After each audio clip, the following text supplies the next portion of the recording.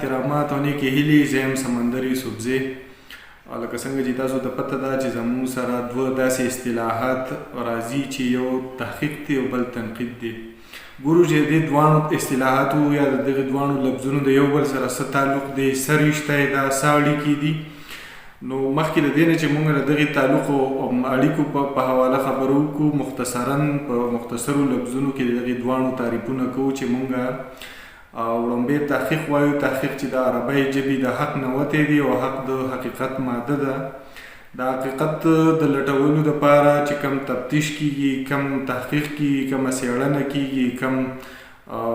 تعقیب کیږي، د څه دپاره چې کم ابهامونه دي هغه لرې کړی شي، کم نامعلوم څیزونه دي هغه معلوم کړي شي او په یو ساینسي او مربوطه طریقه باندې داسې حقیقت ته ورسي او داسې علمي پنګه راښکاره کړي شي چې په هغه چې کوم دی نو حقیقت ته ورسي. دې ته موږ تحقیق وایو. زموږ سره دویم لفظ چې کوم دی نو تنقید دی. تنقید ته په اردو کې انتقاد هم وایي او په پارسۍ کې ورته هم انتقاد وایي او د عربی د ګرامر مطابق انتقاد د ټیک هم دی. خو چونکې دا تنقید ټکی زموږ سره دومره مشهور شوی دی او خلکو قبول کړی هم دی چې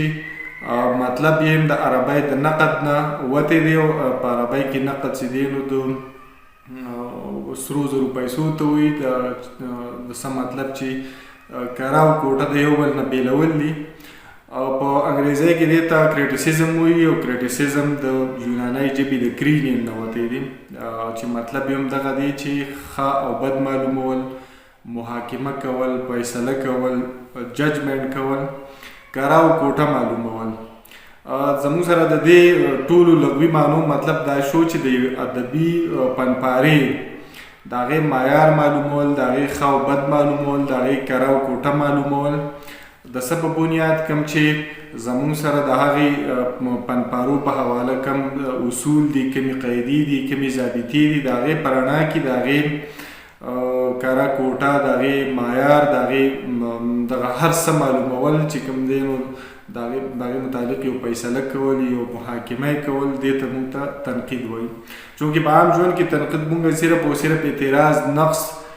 یا چې کوم دی نو دغسې نیوکې ته وایو. په دې وجه باندې زموږ سره تنقید ټکي بدنام ځکه دی چې دا په منفي حوالو باندې دخ کېږي، حالانکې زموږ سره په علمي حواله باندې یا چې کوم دی نو په ادبي حواله د تنقید دواړه اړخونه دي، خام دي او بد هم دي. و زموږ سره دا دوه ټکي چې کوم دي چې یو تحقیق دی او بل تنقید دی، د یو بل سره څه رشته شته او که نشته. نو زموږ سره دا لکه څنګه چې دا دواړه یو ځای راځي، د دغې یو ځای راتللو مطلب دا دی چې د دوی د یو بل سره ډېر ژور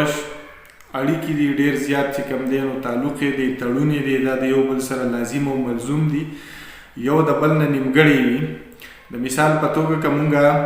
د یو څیز متعلق لټون کوو، د هغې چې کوم دی نو د هغې پسې کوشش کوو، د هغې تلاش کوو، د هغې چې کوم دی نو موجود څیزونه چې کوم دی نو هغه معلوموو، په هغې پسې چې کوم دی څېړنه کوو. نو دا به مونږ په څه باندې کوو؟ تنقیدي شعور صحیح. تنقیدي شعور دا چې څه اصول یي، څه قاعدې د هغې په رڼا کې مونږ د هغه څیز کره او کوټه د هغې چې کوم دی نو ښه او بد معلوموو. نو مونږ تحقیق ته په د تنقید نه بغیر نشو رسېدی. د مثال په توګه چې کوم دی نو مونږ د یو مونږ خو داسې کولی شو چې یو پنپارې ته ځان ورسوو، خو د هغې پنپارې چې کوم خوبی، کوم خامۍ دي، کوم چې نو فني خوبی دي، کوم د هغې چې غورهوالی دی، دغه ټول مونږ څه کوو؟ دا مونږ د تنقید په ذریعه باندې معلوموو. مونږ دغه تحقیق چې کوم دی نو دغه خبره تحقیق ته چې مونږ رسوو، کره او کوټه او ښه او بد او د هغې اصلیت معلوموو، نو هغه څه کوو؟ په تنقیدي شعور باندې معلوموو. دغسې که فرض که مونږ د یو څیز کره او کوټه معلوموو چې په هغې کې د تحقیق شعور نه وي، په هغې کې تحقیق نه وي، په هغې کې پلټنه نه وي، په هغې کې څېړنه نه وي او هغه څیز ته مونږ ځان رسولی نه وي، نو مونږ به یې ښه او بد څنګه معلوم کړی شو؟ ځکه نو مونږ دا ویلی شو چې د تحقیق او د تنقید د یو بل سره دا نه جدا کېدونکي څیزونه دي، او که د دې نه علاوه چې کوم دی نو مونږ یې صرف او صرف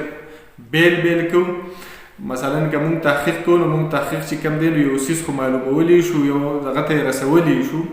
چې کوم زموږ سره موجود څیزونه دي، د هغې په رڼا کې مونږ دا ویلی شو. خو چې څو پورې په هغې کې زموږ سره تنقیدي شعور نه معلوم، تنقیدي اصول نه شامل، تنقیدي قاعدې او ضابطو په رڼا کې مونږ په هغې خبره نه کړې، نو مونږ دا نشو ویلی چې دا خبره حقیقت ته ورسېده. دغسې چې که زموږ سره تحقیق نه وي نو موږ د تنقید په حواله باندې د هغې مخکې چې کوم څیزونه دي لیکلی شوي دي یا چې کوم دی موجود راغلي دي هغې ته موږ ځان نه یې رسولی د هغې په رڼا کې موږ خبره نه یې کړی نو موږ چې کوم دی نو هغه تنقید نشو کولی د مثال په توګه زموږ سره که فرض کړه زموږ سره څومره کلاسیکي شاعران دي د هغوی کتابونه زموږ سره دلته موجود دي د هغې په یو کلام باندې موږ د هغې ښه او بد معلومولی شو د هغې کره او کوټه د هغې چې کوم دی نو خوبی په هغې موږ خبره کولی شو په هغې موږ نقد کولی شو خو د څه په بنیاد باندې تر څو پورې چې موږ د دغې شاعر د ژوند حالات چې کوم دي یا د هغه زمانې ته نه یو تللي هلته ما تحقیق نه یې کړی او هغه معلومات هم نه یې کړي چې د په کومه زمانه کې په کوم چاپېرچل کې ژوند کړی دی نو موږ هغسې هغه نشو دغه کولی ځکه چې د زمانو د یو بل سره چې کوم دا توپیر دی دا کوم فرق دی د دغې معلومولو دپاره چې کوم دی د هغه وخت کلچر د هغه وخت تاریخ د هغه وخت چاپېرچل د لوستي دپاره د تنقید دپاره به موږ څه کوو موږ به اول هغه تحقیق کوو بیا به د هغې په رڼا کې دلته کې تنقید کوو